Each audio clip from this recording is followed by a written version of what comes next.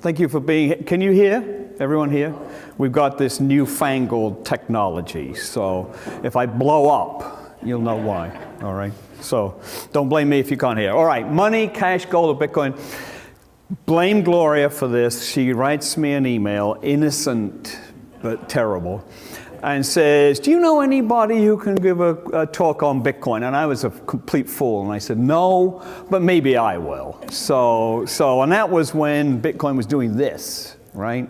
And since then it's crashed, it's gone up, it's crashed, it's gone up. And I've had to revise this thing so many times, I gave up. So the latest numbers in this presentation are from 2 days ago. I just got absolutely tired of revising. Now, I titled this Money, Cash, Gold, or Bitcoin because to understand Bitcoin, you have to understand money. So I'm going to spend much more time on money than I am actually on Bitcoin because money is a little difficult. And this is a bit of a con because by the end of this, cash, gold, and Bitcoin, none of them are money, all right? And I'm going to demonstrate why. Now, this is why I got nervous. Quiggin has written books about money. He's an expert on the subject, and he made this statement, and it's a very true statement. Everyone except an economist knows what money is. You all know what money is. You're absolutely convinced what money is. You ask an economist, and they run for the hills. It's a complicated subject, and the reason it's complicated is because money is magic. It doesn't exist in the way you think it is, and I hope that by the time I'm finished, you will have a good understanding of what money is. Okay, so why is it magic? Here we go. See these 3 pieces of paper? That's all they are. Cheap, ratty little pieces of paper that somebody's put green ink on. Right? You can't use that for anything now that the person's put green ink on it. It's useless. The only thing I was trying to think of what could you use it for, maybe fold it up and prop it under one of the tables in the restaurant so it doesn't wobble around. That's about the only use I could think of. But somehow, you and I think that this one is worth 50 times that one. It's rubbish. This thing costs about 5 cents to print. That thing costs about 15 cents to print. And yet, we think that's worth 50 times that. Now, if you can explain that, other than referring to magic, you're doing really well. Money is a belief system. It's a social belief system. It has got nothing to do with gold, nothing to do with silver, nothing to do with anything. It's just what we think it is. And I hope I'm going to get that message across to you. In particular, this word is going to pop up, fiat is going to pop up a lot through this presentation. So that's just to kind of get you a little start. Let's keep a look at these notes. You'll notice it's called a Federal Reserve note. You'll notice that it says this note is legal tender for all debts, public and private. And I'm going to keep hammering away at this. The word debts is a really, really important word in money. All money is used for paying debts, and it originates in debt. Money is all about debt, okay? So that's the United States. This is when you want to talk magic, this is Alice in Wonderland kind of stuff. See this one? This is the Bank of England. They're really cheeky.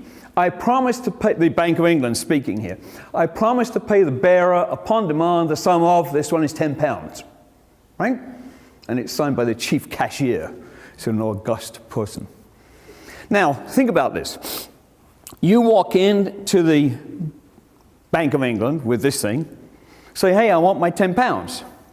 Give them the piece of paper because they say they're going to promise you bearer £10, right? What do they give you back? This. It's magic. There's no £10. There's nothing. It's just a piece of paper. And you believe that it's worth something. That's why money is such a slippery, difficult subject. All right, so how do we get to this weird world where we have all of this belief?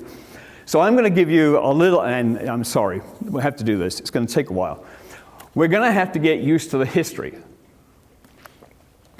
Pre-monetary societies What do we mean by that? Well, hunter-gatherers, way, way, way back, throughout thousands of years ago. They had no money. They were gift economies. Yeah, we exchanged stuff, but we really didn't barter. We didn't really exchange too much because it was a sustenance. There was no real trade going on. There was some symbolic gifting going on to establish rank and stuff like that, but there was no money. The first time we really come across the basics of money are in Mesopotamia, about 3000 BCE. And they had this weird thing called the shekel. Now, a shekel, a lot of people think of a shekel as a coin. Actually, it originated as a measurement. It's a weight of barley. And you would take your barley to the temple, store it there. And then if you wanted to go and, let's say, buy something, let's say I'm going to buy a goat from my friend down the street, I would say, well, I've got 2 shekels in of barley in the temple, give me your goat. And then we would all run off to the temple and we would transfer the ownership of that barley and the transaction would take place. So early transactions were moderated by the idea of the shekel. And of course it gets inconvenient going to the temple the whole time. So eventually we ended up with a little symbol, coin, token, whatever you want to call it, called the shekel. So the shekel gets its name from the original stuff here. But the key is, and that's why I've underlined it, we actually start to see this idea of a medium of exchange. And that's going to be important. I'm going to keep repeating that right through. The next aspect of money from this very early period is this thing called money as an accounting entry. All the accountants in the room have to be proud. Accounting is the original profession, whatever they say about the oldest profession. The most recognizable early profession is accounting. Why? Because we need to track transactions. We need records. We need some way of keeping track of, I've lent you money, I need you to pay it back. So I need, because I know you're going to not pay me back, so I need a record of what you owe me. Tally sticks, these pieces of wood, I'm going to show you a tally stick in a few minutes. Tally sticks have been around for a very long time. It's literally a piece of wood you carve notches in to denote how much you owe me, right? I'll show you one in a minute. So they also hint at what I'm going to keep repeating throughout this. The origin of money is associated with the extension of credit. It's a very important message to get across. So then we move through time a little bit. We're in ancient Babylonia. We've all settled down. We're not hunter-gatherers anymore. We're into agriculture. And all of a sudden, it's necessary to trade stuff.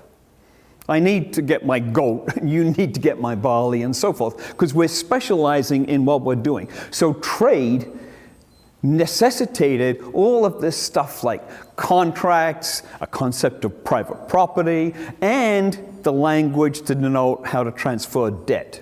That's all part of the emergence of money. You need all of those things before you can have money.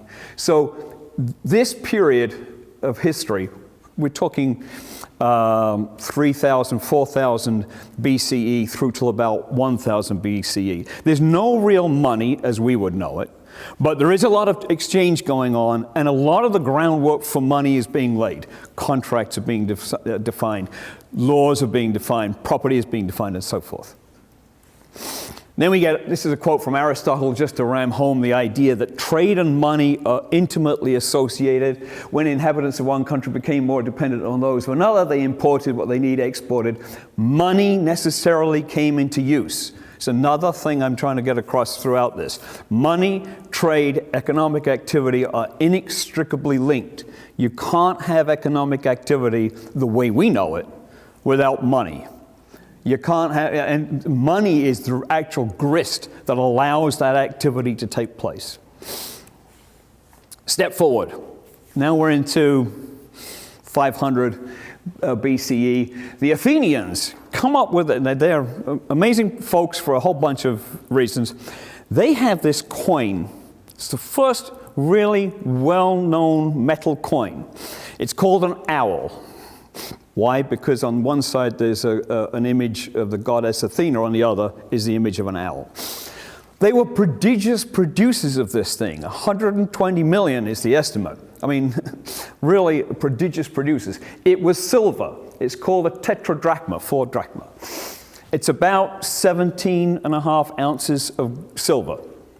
It became the common currency right through the Mediterranean. You find them all over the place. There were so many of them that they invented this proverb. In English, we have the taking coals to Newcastle.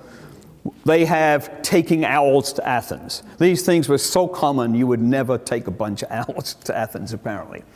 But it became, its importance is because for the first time, we're seeing a token, a coin, not denoting an individual thing. This token isn't related to, let's say, a goat or barley or to anything.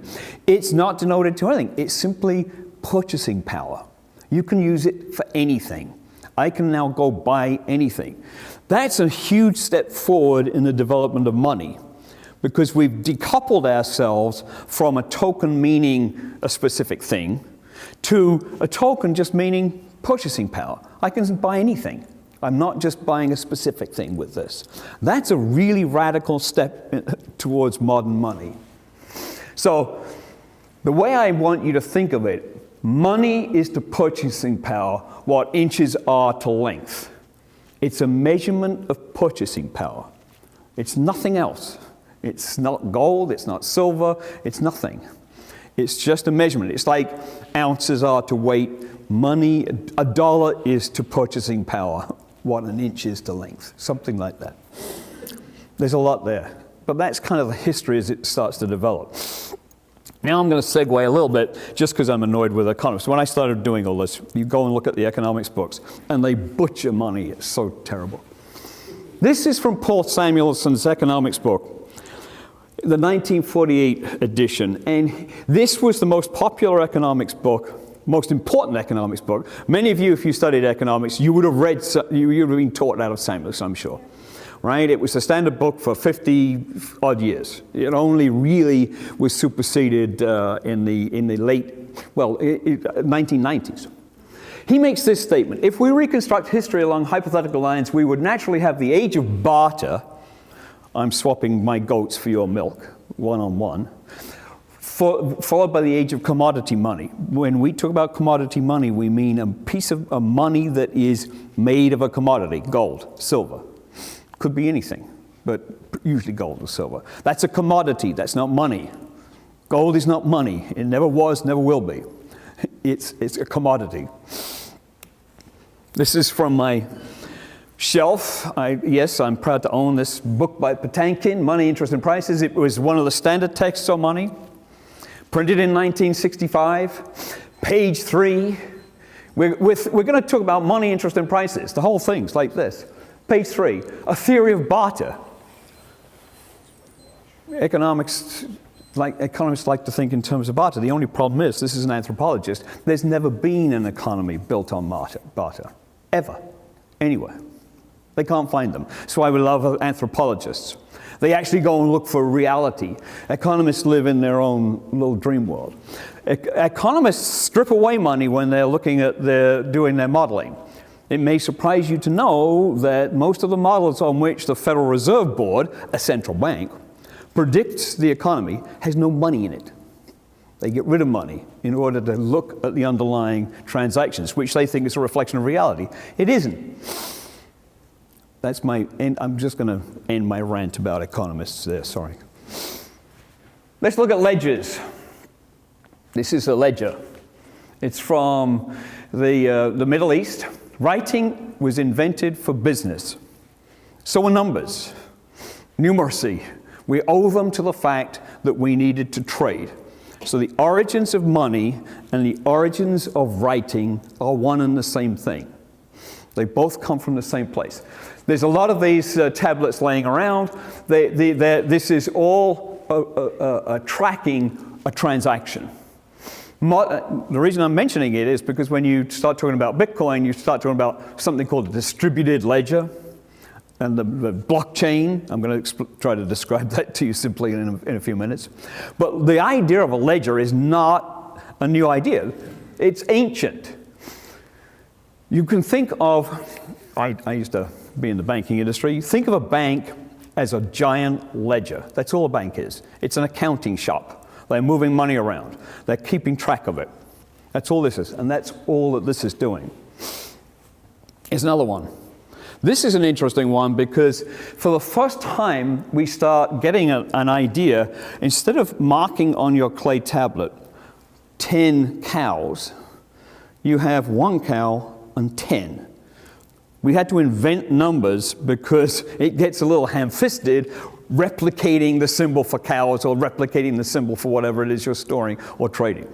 So numbers were invented, well done accountants, in order to keep track of ledgers, and ledgers are an essential part of money.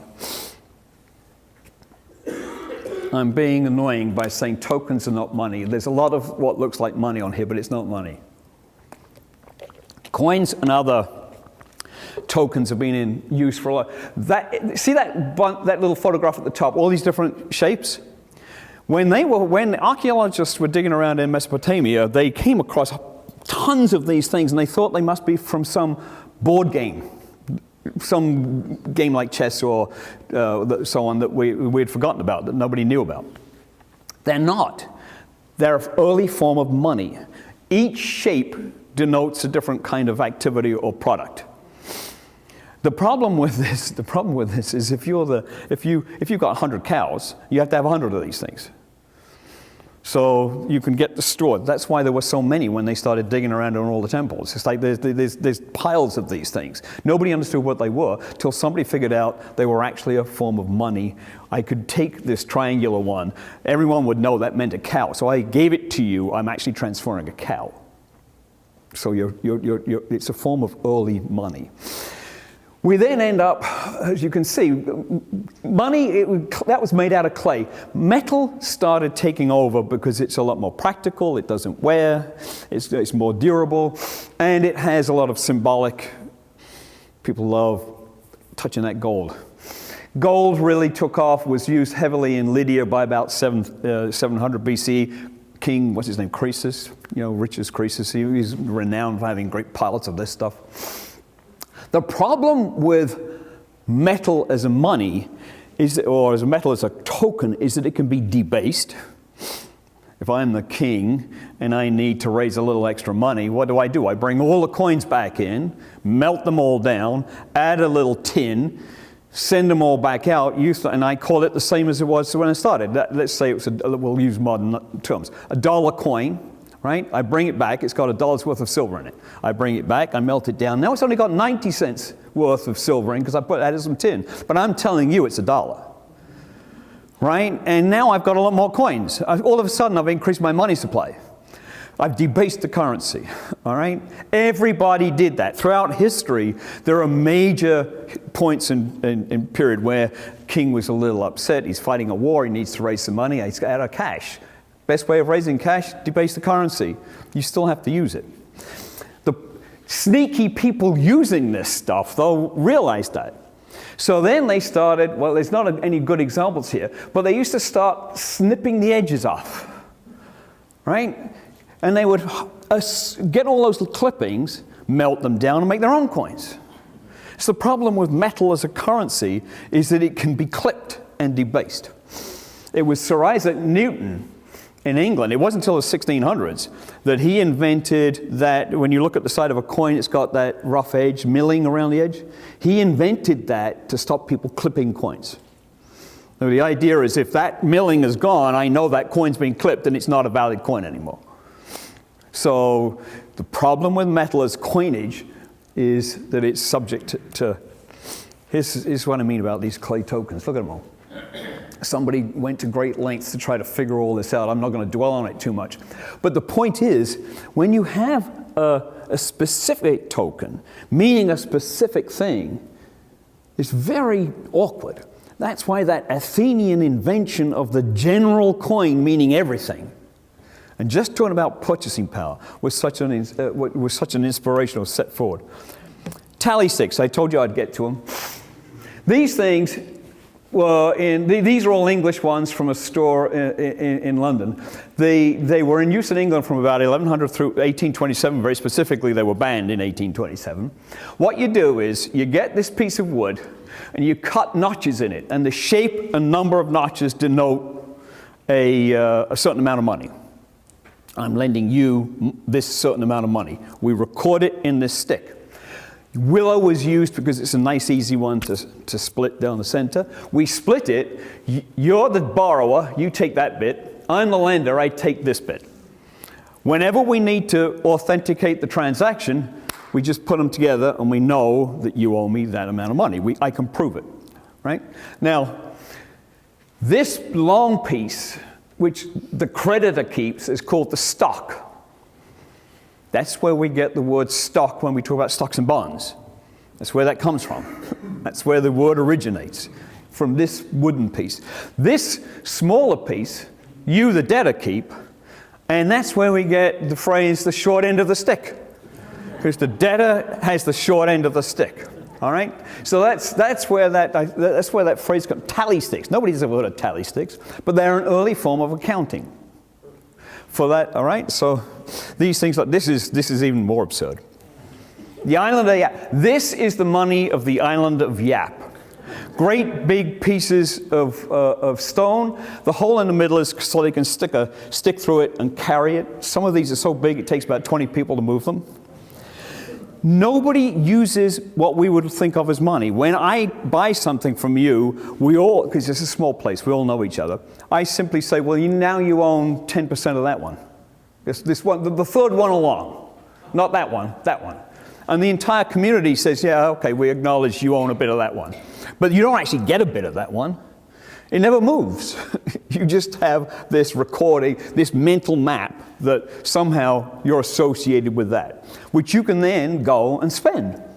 I can buy some coconuts. Yap is renowned for fish, coconuts, and sea cucumber. There we go. Now, the interesting thing about this is that shows you the level and importance of trust in any form of money. These things never move. There's no marking on them to denote who owns what. It's all in everyone's head. We all acknowledge that you own that bit of that. And it's even more, so I only learned this about 3 days ago. We were trying actually to move one of these from one end of the island around the coast to the other. It was on a boat, it fell in the water. Now it's a big thing. It's about 40 feet down, and they're still using it. They can't see it, but they're still using it.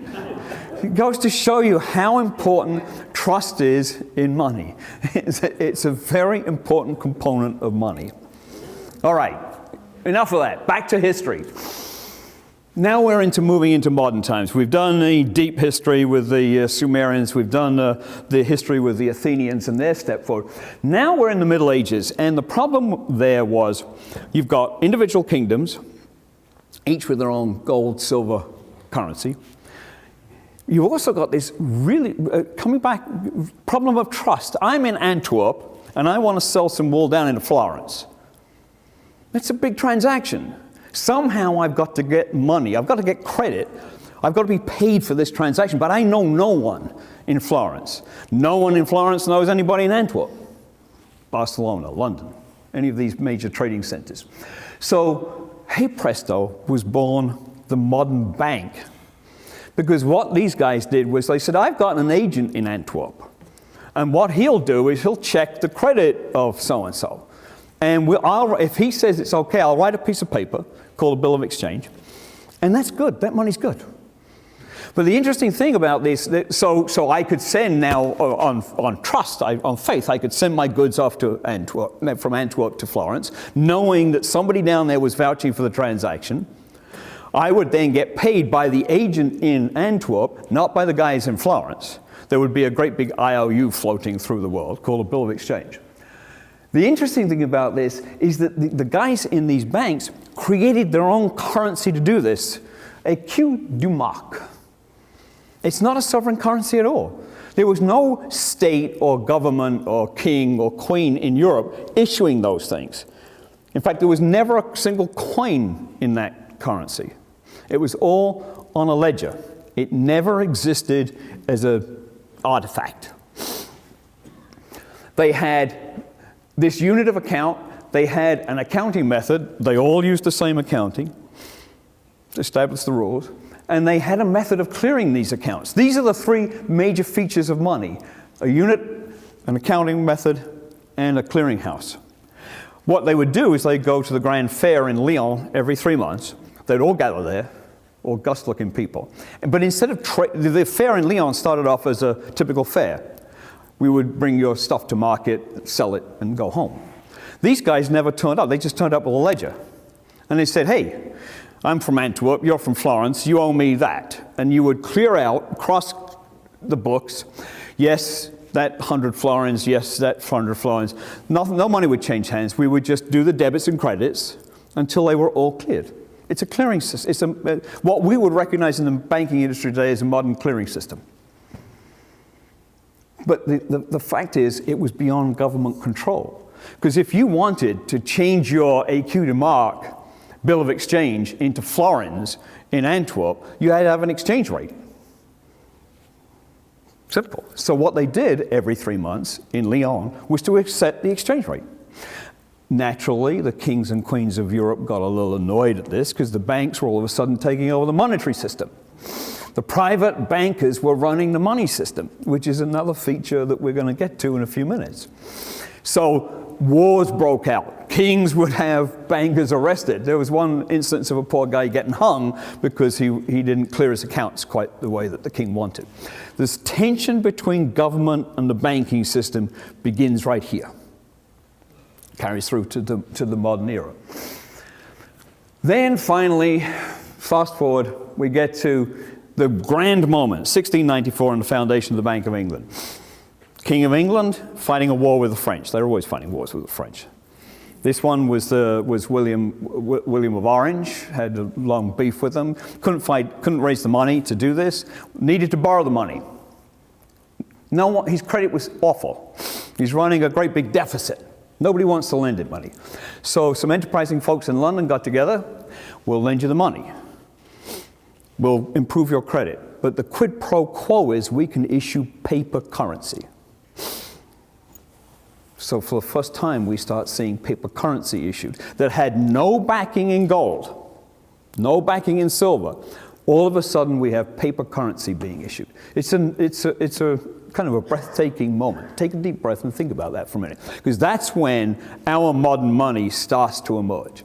Well, the story, of course, is that the minute everyone realized this was going on, we had a big debate in the House of Commons in Parliament.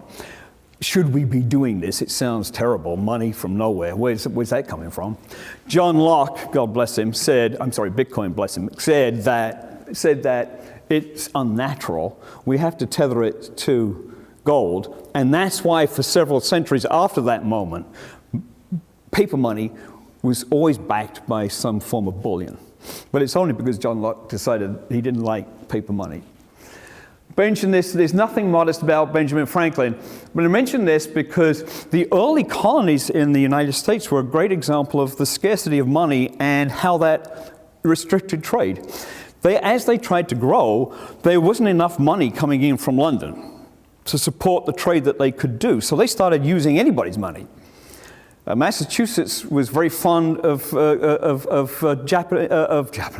Spanish bullion. They would go and sink ships and bring it back, and they used it locally. So they were quite happy to use any kind of money they could as long as it backed the transactions.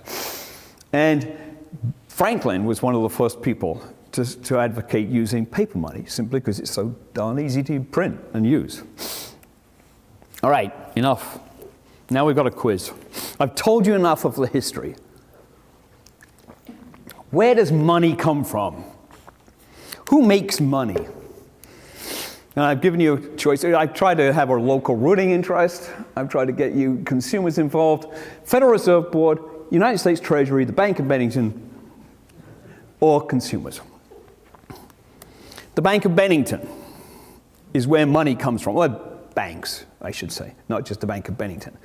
Private banks are the place we get our money from. It is not issued by the government. It is not, let me repeat that because that may be surprising to you. The central government does not create money. The private banks create all the money we've got. Some of it shows up as cash.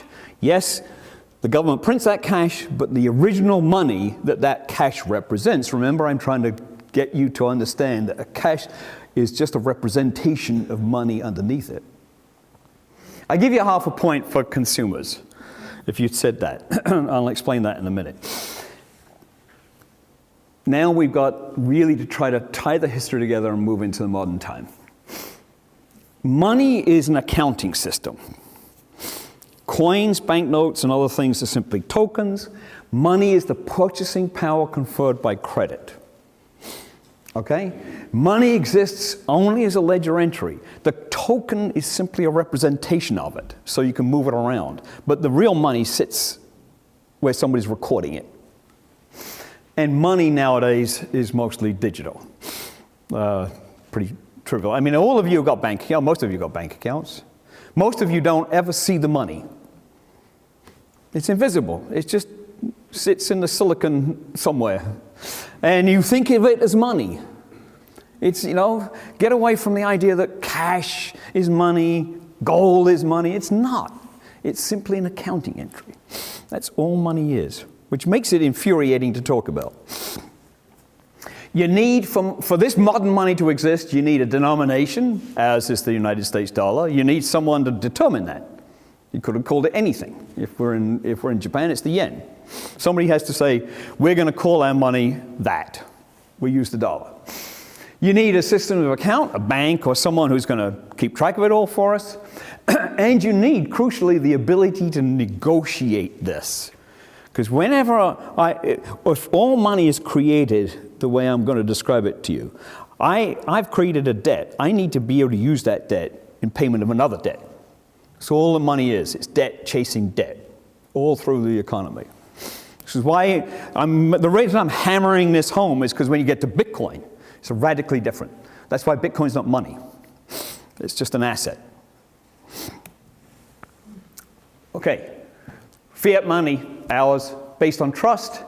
It's created by the private banking center. The central banks try to influence how much is created by raising or lowering interest rates, changing reserve requirements, all these funky things that you hear the Federal Reserve Board doing. But the Federal Reserve Board is not creating money when it does that. It's trying to slow down the banks creating money or encouraging the banks to create money. Okay? So central bank policy has got nothing to, is not creating money. It's trying to control the pace at which money is created. Yes, this Federal Reserve Board puts cash into circulation. Remember, cash is simply a representation of money. How does cash get put into circulation? The banks have promised to pay on demand if you come in and say, that ledger entry I've got, I'd like some in my pocket. Well, it's awkward to put a computer entry in your pocket, so you need a representation of it, so you have to have coins on banknotes. They have to come from somewhere. In our country, they come from the Treasury. The Treasury prints them on behalf of the Federal Reserve Board. It's a wonderful profit-making thing. I'm going to show you the numbers in a minute. But think about it. I'm printing a dollar bill, and it costs me 5 cents. I make 95 cents profit. I want you to buy a lot of these bills, please. Okay? That's why there's so much cash in circulation in the United States. The United States government encourages the use of cash. Think about a $100 bill, right? Now think about a $100 bill. It costs about 15 cents to print because the ink is different and the paper is a little different and so on, right? But every time they print one of those, it costs them 15 cents. But you purchase it for $100, or a bank does, before it gives it to you, right? So the central bank is making a nice, handy $99 whatever profit every time. We call that signorage. The United States signorage rate is somewhere around 0.5% of GDP each year. Gets created by the government just printing money. All right? But it's not creating money. Printing it is not the same as creating it. You've already got the money. You go to the bank and say, I need cash. Somebody has to say, oh, I need to print that for you. Go out the back, print it. Doesn't cost me much, but you think it's worth $100. Great. Wonderful. Right? It's a great scam. Been going on forever. Right now, I put this at the bottom, factoid. The total of the United States coin and cash in circulation is approximately 1.6 trillion. And a large percentage of that is abroad, and a large percentage of that is tied up in $100 bills in drug cartel, various nooks and crannies where nobody wants to look at it. So how do banks do this? It's a neat trick. If you could get a bank license, you can print money. People think erroneously that when they get a loan from a bank, the bank has to go and check how much money they've got. No, they don't. They never check how much money they've got. Believe me, I've done this, right? If I think you're going to pay me back, I'll give you money. I've just created it. Keystroke, done. Like that. It's as simple as that. This computer, done. I give you a good example of how easy it is to create money. I got this from a friend of mine who's doing a talk on cryptocurrency about a month ago. And he's from Australia. He was talking about a bank in New Zealand. The story is this. There's a small business, borrowed $100,000 from the bank, got the credit approval, and the bank was going to wire the money or put the money into his account the next morning. Next morning, clerk comes in, pump, didn't have enough coffee, forgot the decimal point. Actually put $10 million into this guy's account. Now think about that. Think about what just happened. They created $10 million when they thought they were creating $100,000, and it was because of one keystroke. You can create 9 million, whatever dollars of money, or whatever New Zealand currency is of money, with one actually absent keystroke. That's how easy it is for banks to create money. They do it all the time. Whenever they make a loan, they put an asset on their books, you owe me the money back, and they put a liability on their books at the same time. That's the money I just gave you. All money starts as a liability of the banking system. All right? Now, the way they get away with this is because they say, well, all right, I know it's an accounting entry. I know it really doesn't exist. I know, but sometimes you quirky people come into my bank branch and want cash. I don't know why, but you do. All right? And I've promised that if you come in for cash, I'll give you cash. Gulp, I better have cash. That's when they go to the Federal Reserve Board, could you print some notes? And the Federal Board says, yeah, that sounds like a good scam, I'll print your notes. And they give the banks the money. That's why your checking account in the banking system is called a DDA, demand deposit account, because it's on-demand money. You can get it anytime you want. Now, the other part of this promise is that the bank will accept this money, this debt that it's issued, as payment for any other debt. So if let's take a mortgage. I've created the loan, $100,000, let's say. You take that, it's now sitting in your bank account. You go off to the closing, you write a check. That person now has $100,000, which they didn't have before. Nobody had it before. Now, they deposit it in their bank. Their bank calls your bank and says, hey, what about this? We need to clear the accounts. That's why clearing and accounting and ledgers are so important in the creation of money. All of these have to be, that was one of the reasons why banks used to close so early in the day, because they have to go out the back and do all this clearing of the accounts. But the crucial part about this is, even though I gave you this money, I've given you permission to use it for anything. You can give it to him, and he can come to me and pay a debt. So I've acknowledged that money, even though I gave it to you, he can pay off a debt. He can come back, let's say you bought the house from him, right? He can say, now, you've got a mortgage, I want to pay my mortgage off, and I say, yep, I'm going to have to accept that money I gave you to pay off that mortgage. I can't say, no, I only gave it to you. So I put money into circulation just by the keystroke, and you can use it for whatever you want. The third part about this is that means that liability can be negotiated. We call it negotiation. You can go use these bills, use this money anywhere in the system. Hey, presto, you don't even have to talk to the bank. It's anonymous, it's arm's length. All of the things that the guys creating Bitcoin love to think of themselves creating anonymous transactions, arm's length transactions. We already have it in our Fiat system based upon on trust. The only thing limiting the amount of money in the economy is the creditworthiness, according to the bank. Interesting about fiat money. People hate fiat money. I don't understand it. People think it's a terrible thing. I love fiat money. Why? This is really the second one down. Because you don't have to have pre-existing savings to go do stuff. You can just print the money.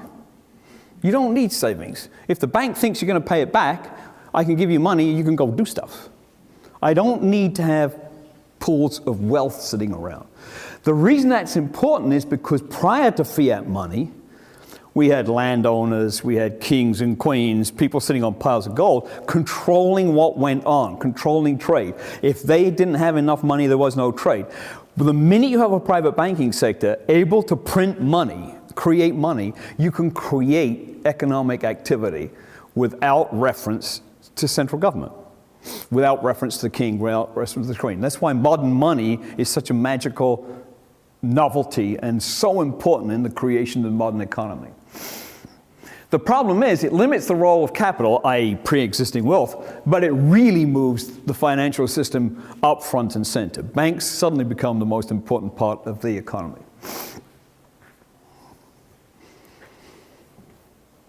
This is the one point I want to get derived from that is this thing. People always think, well, I earned money. That's how money, get money, right? It's the other way around. It's because money exists that you can go and earn it. It's because money exists that economic activity can take place. The existence of money or the creation of money is what sparks trade, it's what sparks economic activity.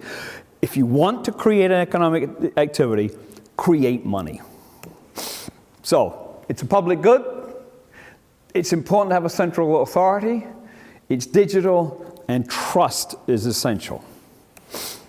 I told you I'd talk about seigniorage. This is the 2018 print run for the Federal Reserve. You'll notice some interesting things here. They're ordering 2.1 billion $1 notes. It's going to cost them $117 million to print that. The rest is profit to the United States government. But the interesting thing is this, at the bottom. I told you, they make a heck of more money off the hundreds than they do off the ones. So what happens? They print a heck of a lot more hundreds. How many of us use hundreds? Most of us don't ever see one. As I said, they sit in, overseas, in various places where drug cartels don't want to, or Russian oligarchs, or somebody wants to launder money. But they print an enormous amount of them. Why? Because it's so profitable. Look how much money they're making. This is $167 billion, and it cost them that. It's ridiculous. Seigniorage, it's a wonderful thing. If you own the printing press, you can make money. Now, all right, I promised I'd talk about gold, but I'm really not going to talk about it too much because it's really become less important. It's been around for a long time. Most modern gold coins, really 1700s. By the mid-1800s, UK, US, Germany, and a few others were minting. I put God coins. I look at my spell check. Look at that. Gold coins. Sorry about that. The gold standard, the infamous gold standard that everyone wants to try to, or everyone, certain people want to get us back on. 1874, the United States goes onto the gold standard. Why do we need a gold standard? Because people don't get the idea of what money is. How can you have magical money? It has to relate to something, really, honestly. So they wanted to anchor and tether it to gold. The problem is, now your growth in money is tied to a gold supply. If you don't have a lot of gold, you can't have a lot of economic activity. It's simple. It's like tying an anchor around your ankle. It's just slowing down your ability to do things. And the Great Depression was largely due to the inability or unwillingness of a lot of governments to print money because they were worried about how much gold they had. And it made matters so much worse. The minute Britain went off the gold standard, it started recovering almost instantly from the Depression. The United States stayed on the gold standard longer. But the minute Britain went off the gold standard, it started getting out of the Depression. Gold is a terrible, terrible thing as a currency.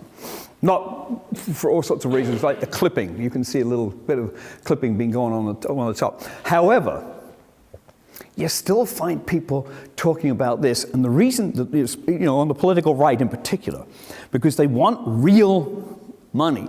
They don't like fiat money invented by banks. This fact gets us to Bitcoin. Before I do Bitcoin, a couple of people in the audience already asked me, what about this thing called blockchain? So I'm going to try to explain blockchain in like 20 seconds. It's really not that, it's not difficult, it's just a lot of jargon. There's transactions in the economy, buying and selling stuff. They are bundled together as a block, right? But before they can be bundled together, somebody has to acknowledge that they're valid transactions. So this middle part, the transactions, the pile of transactions comes in, some computer sitting somewhere says, looks good, looks good, looks good, cross-checks, make sure that you've got money in your bank, yes, this transaction is a valid one.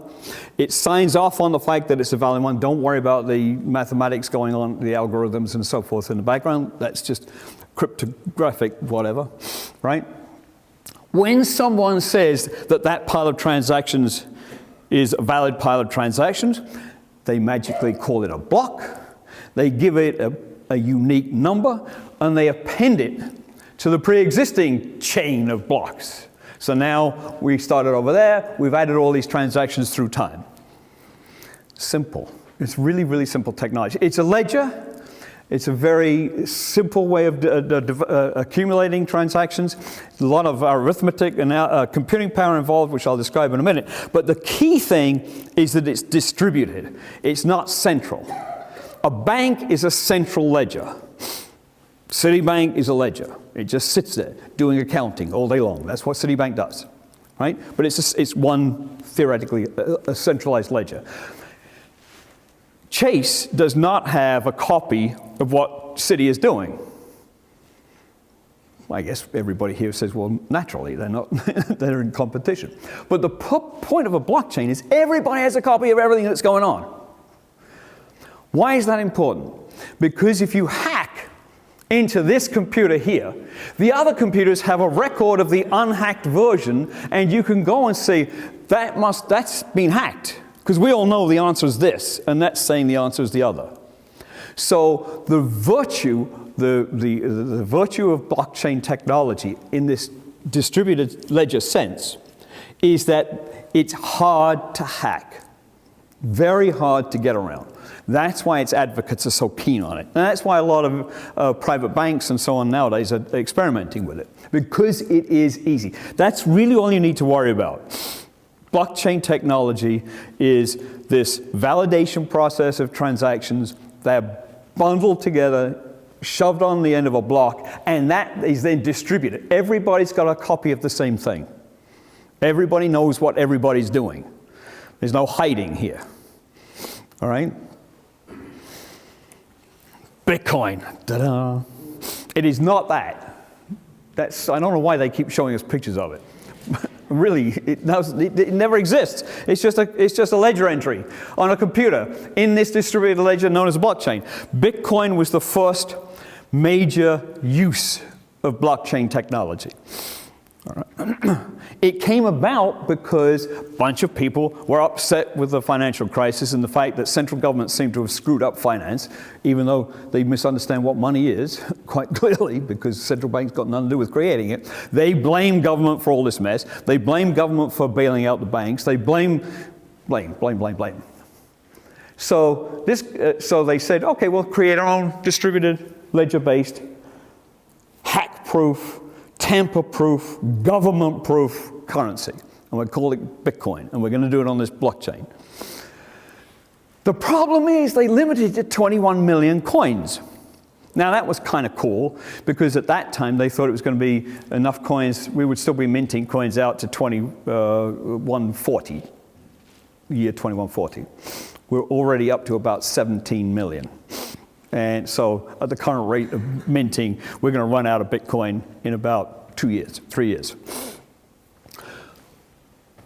What's the implication of that? It's just like gold. If you don't have a lot of it, the price goes up. You've created scarcity. In my cynical inner self, I say they did that on purpose to try to create something that's going to go up in value. They own the cheap ones, and you suckers are buying the expensive ones, and they're making a killing. I think they did that on purpose, but they would claim otherwise. all right? It was created to avoid the perceived problems of this government-run financial system. This I took from Reddit. It's a little manifesto. I give you a little bit of it. The top paragraph is the interesting bit. The absence of sound money. The word sound. Think about that. They're already presuming that the dollar is unsound money. There's this aversion to what we've been discussing as money. We were force-fed paper because there was no good alternatives. Gold and silver are difficult to use. They weren't force-fed it. As I said, it's a public good. It's owned by society. The dollar is owned by the people of the United States. If they don't like it, they can get rid of it. But they're the ones that determine its value, not somebody else. All right? But apparently these guys think otherwise. Then you go down, fractional reserve banking. Do you know what fractional reserve banking is? The process of a bank issuing more money than it has in reserves in the vault. They're taking a gamble. You're not all going to go in and ask for your money tomorrow. We figure it out, and maybe 10% of you are, so I only keep 10% of what I know of the money in cash. It's on the ledger, but that's why we have runs on the bank sometimes, because people suddenly get scared. They don't have enough cash to pay on demand, right? That's called fractional reserve banking. Fractional reserve banking really doesn't exist in the way the libertarians think it does. But anyway, beside the point, that doesn't stop them. They are Fiat. The third one down is an interesting one. In their literature, they say that they're worried about a cashless society.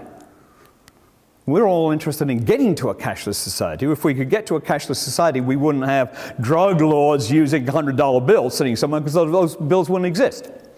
The United States government would lose a profit center, but it would be a small loss. They don't like it because they would lose their anonymity. Bitcoin, when you read the literature behind Bitcoin, it starts to sound a lot like a bunch of guys don't want to be known for obvious reasons. They're laundering money, they're moving illicit things, they're doing all sorts of interesting stuff. That's the origin of this.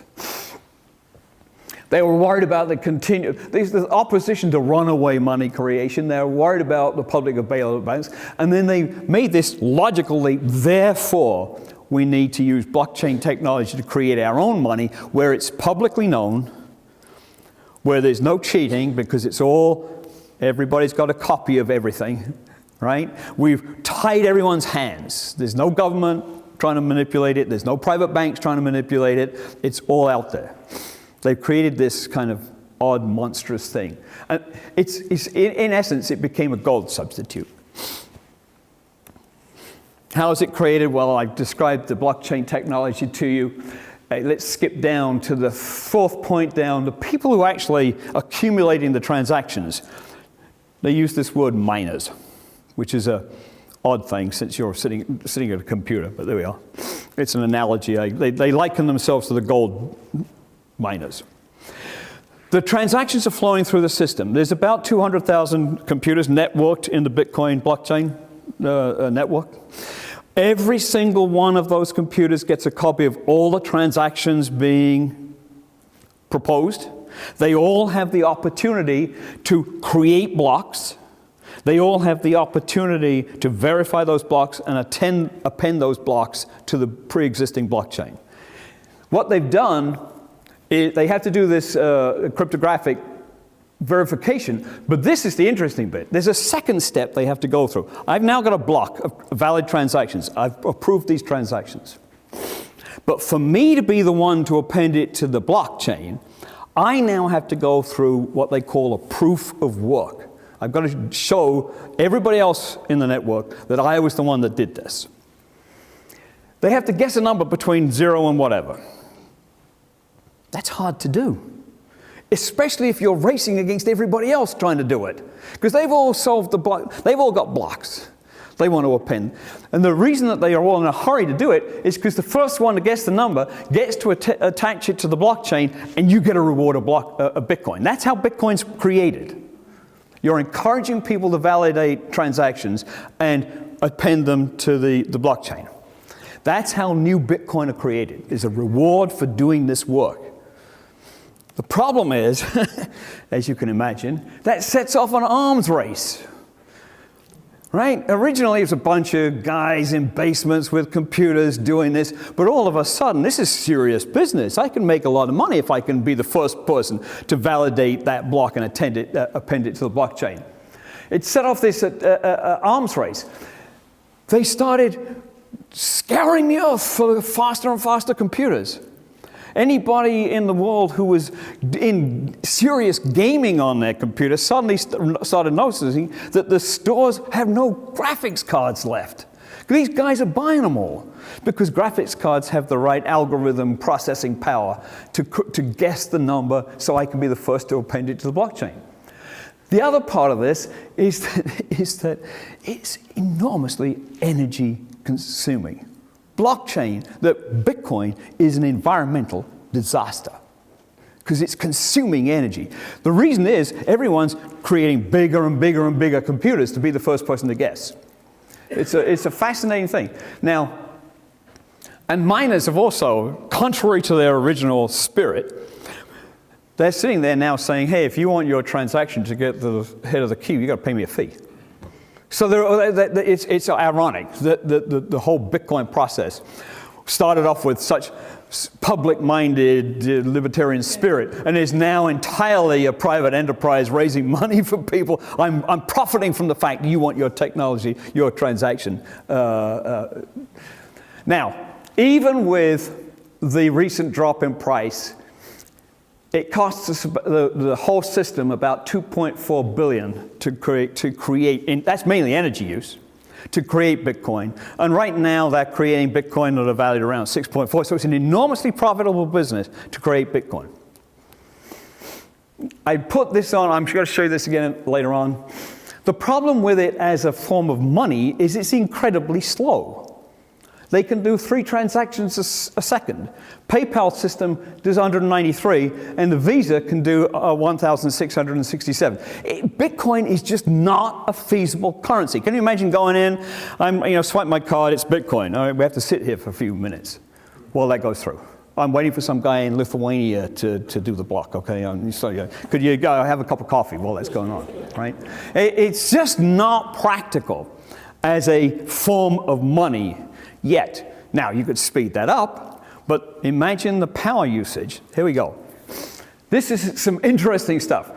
Here we have energy consumption by country: Portugal, Singapore, Bitcoin, Iraq, Hong Kong, Peru. We're at this level. That's how much they're using. The energy consumption grew 491% last year alone. All right? There's enough energy being consumed in the Bitcoin network to power 4.3 average American homes in a year. And they're just chasing after Bitcoin. It's an industrial process. The average person has been blown out of this a long time ago. There are now factories sitting around the world full of computers mining Bitcoin. They're mainly in Mongolia, cheap energy. Iceland, cheap energy. They're now thinking of moving to Canada because there's a lot of hydroelectric power. And they're consuming energy at a prodigious rate. And the projection is that sometime in the next 12 months, there will be more energy consumed in producing Bitcoin than Ireland uses as a nation in a full year. And approximately 3 years from now, they will be using as much energy as the United States does. It's not feasible. It's not a sustainable model. There is nothing about that that lasts too far into the future. And then there's the problem with this. It's absurd. The guy who started this, if he's a real person, Satoshi Nakamoto, in his literature, talks about the immunity to inflation. Because inflation, debasing the currency, is a form of inflation, right? We hate central banks and the private banking system because they rip us off with this paper money because they create inflation. That is inflation. This bit going up is deflation. As the price rises, it's deflation. Think about this. Another reason why Bitcoin is not a feasible currency. If you know your Bitcoin is going to be worth 5 times as much as it is now, you will never spend it. You're going to hoard it. There will be no money in the economy doing anything. You will withdraw it, shove it over there, and I'll buy something next year. Maybe the year after, or the year after that. It's the inverse. If you remember the pictures of hyperinflation in Europe in the 1930s, you get paid, and the minute you got paid, you run down and spend it, because by the time you got down there, it's worth less. That's inflation. Right? This is the exact opposite. I'm not going to go and spend it. There's a huge economic incentive not to spend your Bitcoin. You just save it. All right? Now, the downside, that is inflation. It works out, that decline works out to an annual inflation rate of 8,000%. It's absurd. There is no stability in this system at all. As a functioning currency, Bitcoin is a disaster. It doesn't exist. I've mentioned all this to you. It's a total failure as a currency. As an asset, as a speculative asset, different. If you want to gamble, go ahead, be my guest. But be aware that there are about 200 major players in the Bitcoin market. They are very good, and they manipulate that market. When they see people coming in, come on in, guys, sell. Kill you, I make money. There's about 200 players in that market at the moment. This is the transactions per day. You can see it yo-yos all over the place. This is what I just told you. Here's some other cryptocurrencies. There are 1,550 others apart from these ones. You notice I don't even have Bitcoin on this list, okay? All right. When I first did this slide in December, there were 1,360. There are now 1,550 people. There's nothing to stop you having your own. Please go ahead. It'd be interesting to see your experiment. Here's the front page from this thing called CoinMarketCap. This has spawned a whole industry of advocates and hangers-on who are looking at it. There's Bitcoin at the top. It is the largest by market capital size. The trading volume. This was from a couple of days ago. When I did this, all these numbers are green because the value's going up, right? When I first did this, they were green. The second time I did it, they were all red. The third time I did it, they were all green. The fourth time I did it, they were all red. This is my 5th attempt. I gave up. It's an incredibly volatile marketplace. It's, again, another reason why it's not money. It's just not money. It's a speculative asset like gold or silver. And it's trivial. It's meaningless in the scope of the United States economy. That's the bond market size, 31 trillion. Stock market, 17. M2, that's the broad definition of money, please. I can describe that to you in a minute if you want. 13, this is M1. That's gold. This is in the world. Gold in the world. Bitcoin's here. It's so small, you can't sustain a large economy. You can't even sustain a small economy. It's a pipe dream. Now, I shouldn't knock it too much. And if you add all of the cryptocurrencies, you get up to about this. Because the problem is that's yo-yoing all over the place day in, day out. But my point is, it's not viable as a currency replacement. All right, that I'm going to end. But I do want, because I know some of you may want to check into this. Here's 3 books I highly recommend on this if you want to dig into this. Rogoff's book, The Curse of Cash, fascinating. He's advocating we get rid of cash. Why do we get rid of cash? To drive out the drug dealers. They're the ones with $100 bills. If we have no cash, they ain't got nowhere to go. So he's built this whole book around the idea that we should move to a cashless society. Yes, there's costs to the United States government. They'd lose the money for the gain they make on printing the bills. But, what they would gain in getting rid of some illicit traffic and so on may offset that. This book is the history of the financial system, starting from scratch. A bit about this thick. Really easy read, good read. I would recommend that. And this one is the most outspoken because he really gets much more into the private banking system being the center of gravity for production of money. And that is it. Thank you very much. If you've got, we have time for some questions.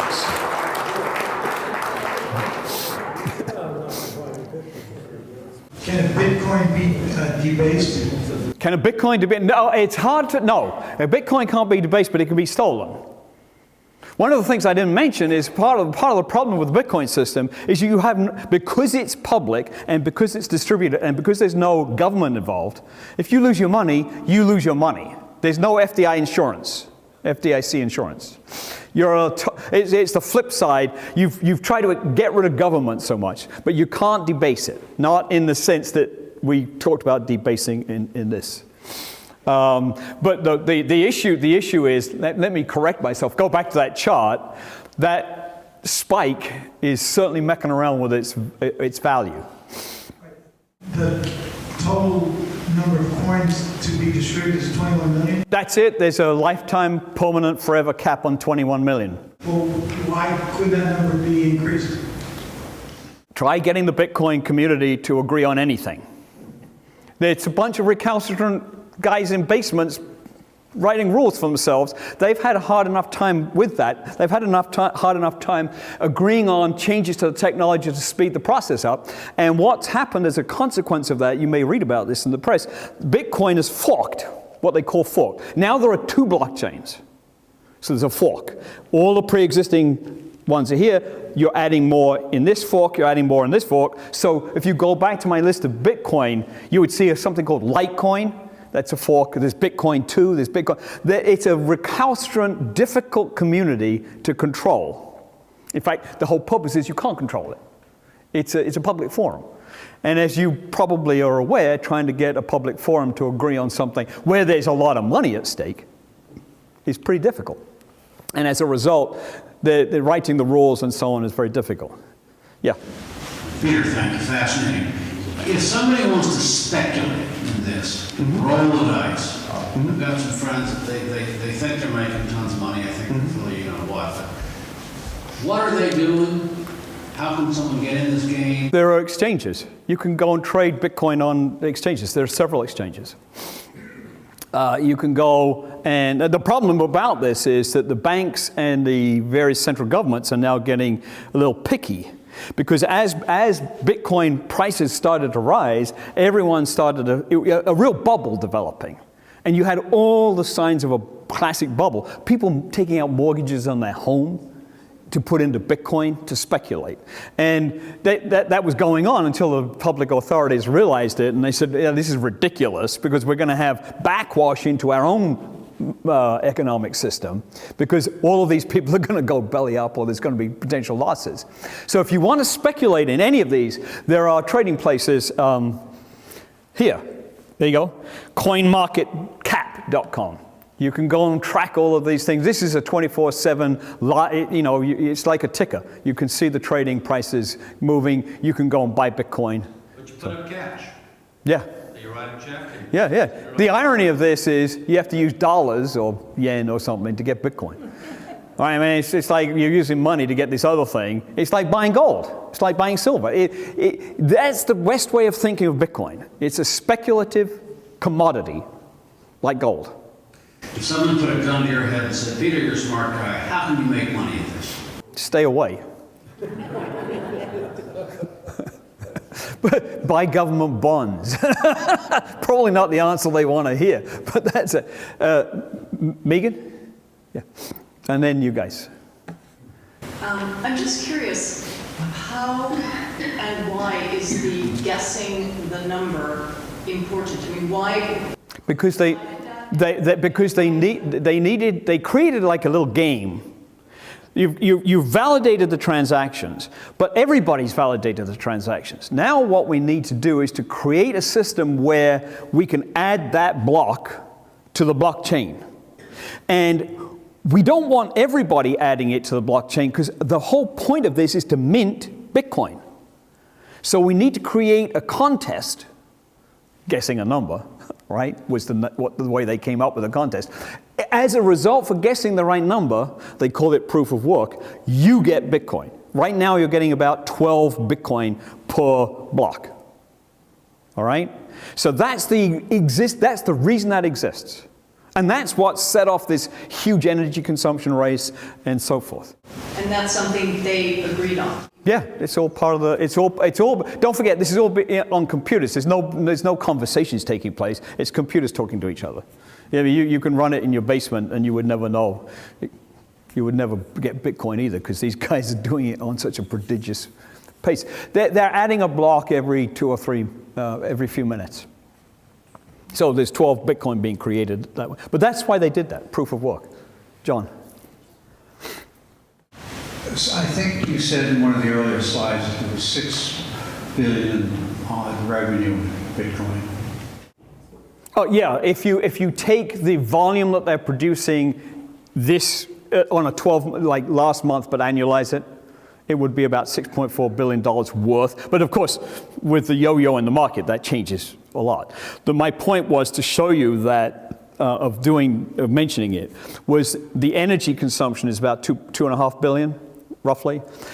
Given today's value of Bitcoin, even after it's come down from its peak, it's still a very profitable business mining Bitcoin. It's like going to South Africa and digging up gold.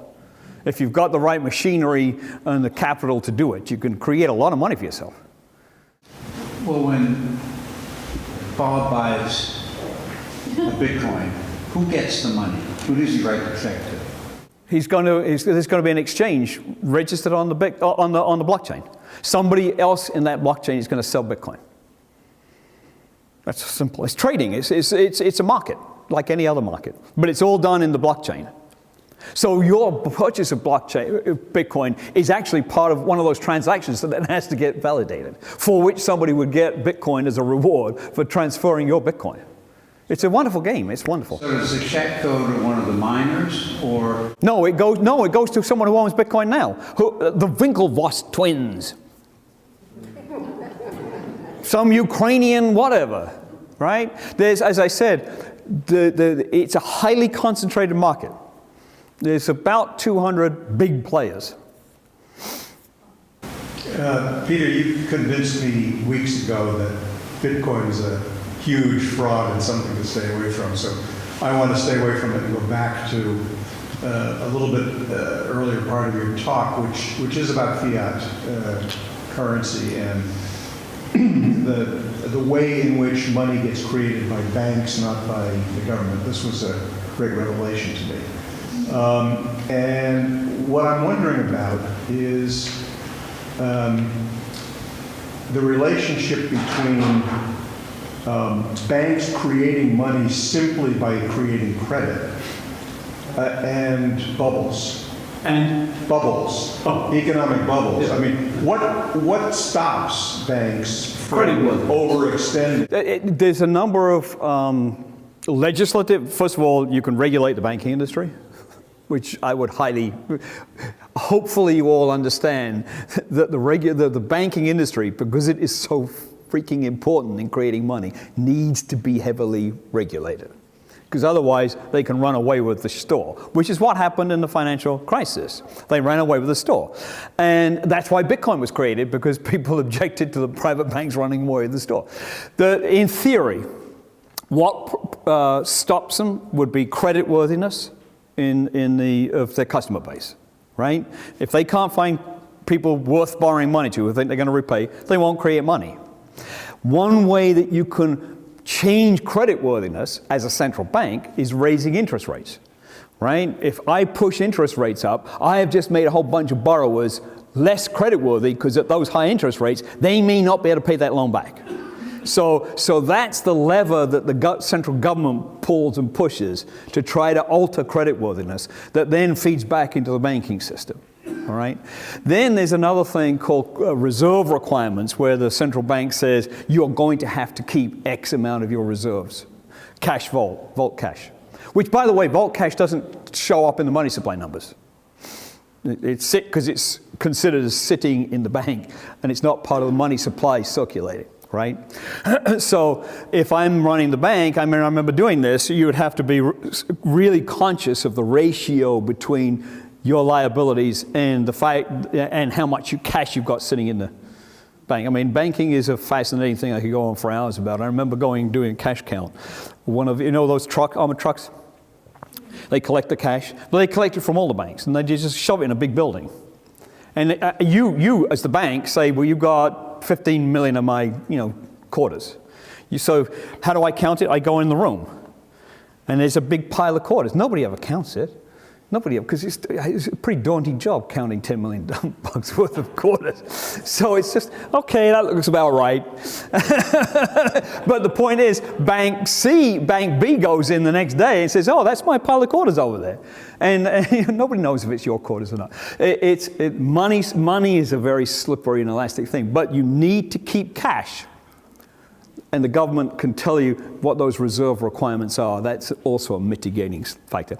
The other factor that comes in is capital requirements, which was much more talked about during the financial crisis, where a bank is supposed to keep a certain amount of capital against its assets. All right? When my day in banking, that was more like a 20-to-1 relationship. By the time you got to the crisis, it was 40-to-1.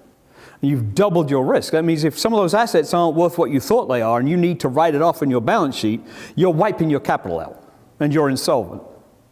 And that's why you had a banking crisis. That's why Lehman disappeared. That's why Bears disappeared and so on. They didn't keep the right amount of money to protect their risk. They didn't understand the riskiness of their assets, is really what happened.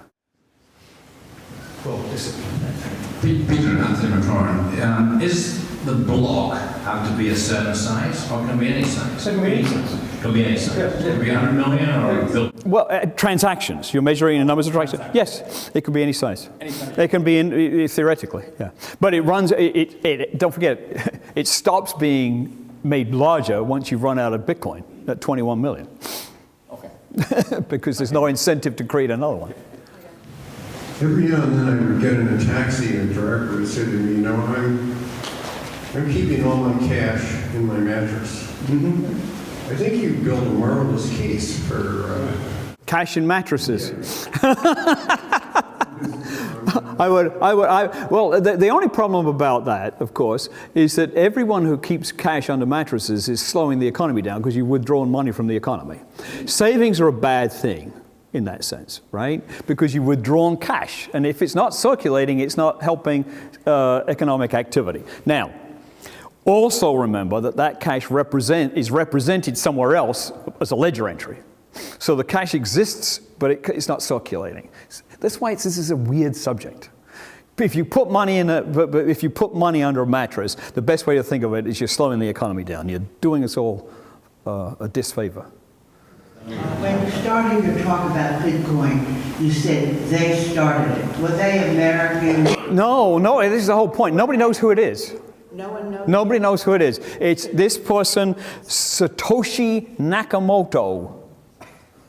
We don't even know if it's one person, 10 people, a real person, a fictitious person. What happened was they simply published something under that name on the internet and said, hey, I'm creating this blockchain, I'm creating Bitcoin, and anyone who wants to join in, append your computer to this network, and I'll give you the software. The key is I give you the software. Once you download the software, you're on the network. Yeah, anybody in this room can download that software and start trying to compete to create Bitcoin. Good luck, though, because you'll fry your computer and your electricity bill will be ridiculous. But, you can try. Come on, Gail. There's the microphone right behind you. All right. I'm afraid I must have missed one step in this conversation. A bit about cows? I like it. You like cows. When Bitcoin then started, as Mr. Yashobi, whatever his name is, basically it had no value per se in terms. It had absolutely no value. If I took this is from 2016, right? And it obviously scaled because by this time. But if you go all the way back over there, it's like 50 cents, 10 cents. It had no value until people started minting them and trading them and hoarding them. It's like anything. You can create any asset, Gail, if you think it's scarce and you think it's going to go up, somebody's going to pay for it. So I could ask everyone in this room to contribute $1 million to me. Yeah. I could go buy rights to run these programs to run random, and they're just processing random numbers which then match. Yeah. Well, you have to. You're validating blocks, then you're doing the competition. Yes. Anybody can do this. I'm surprised you didn't, frankly. You missed it. There's still, there's still no value to the block at the time. But we're economists. There's value where people perceive there to be value. Yes. Right? So it's still, Value is an artifice of the imagination. so this really is a shell game. Well, yeah, that's one way of putting it.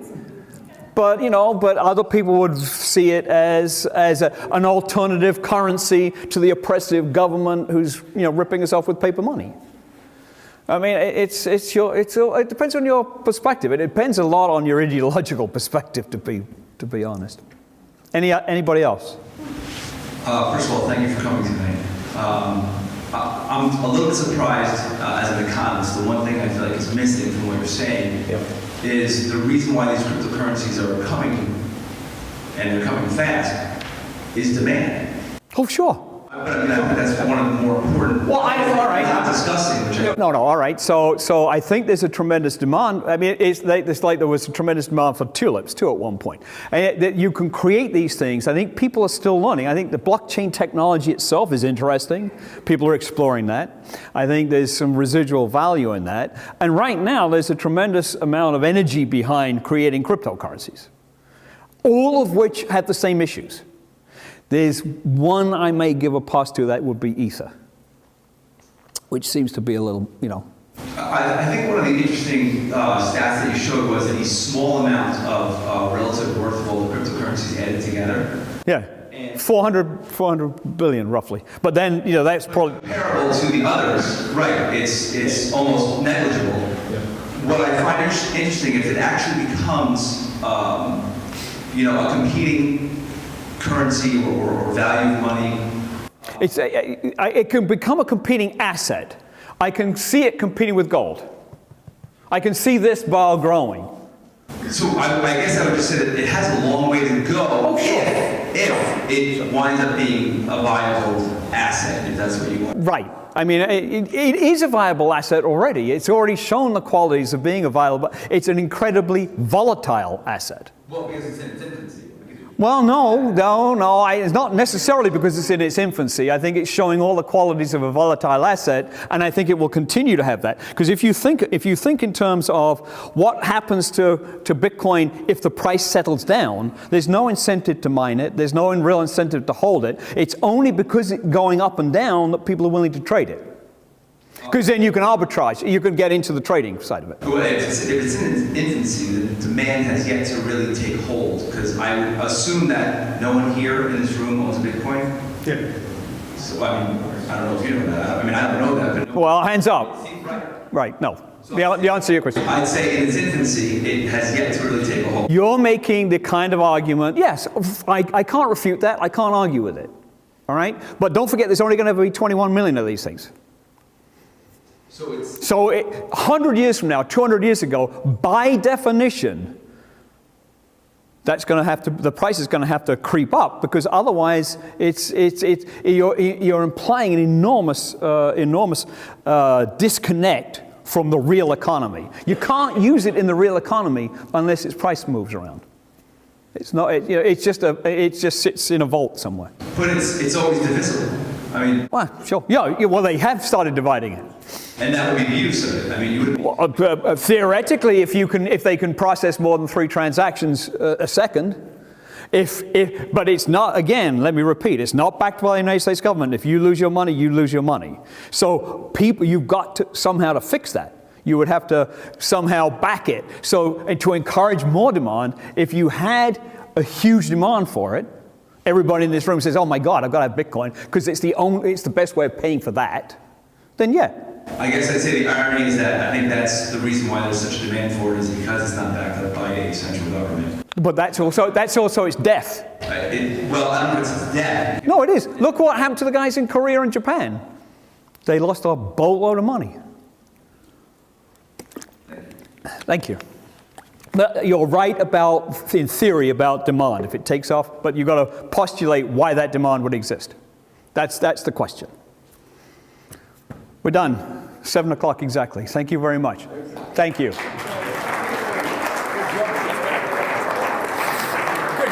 very complicated.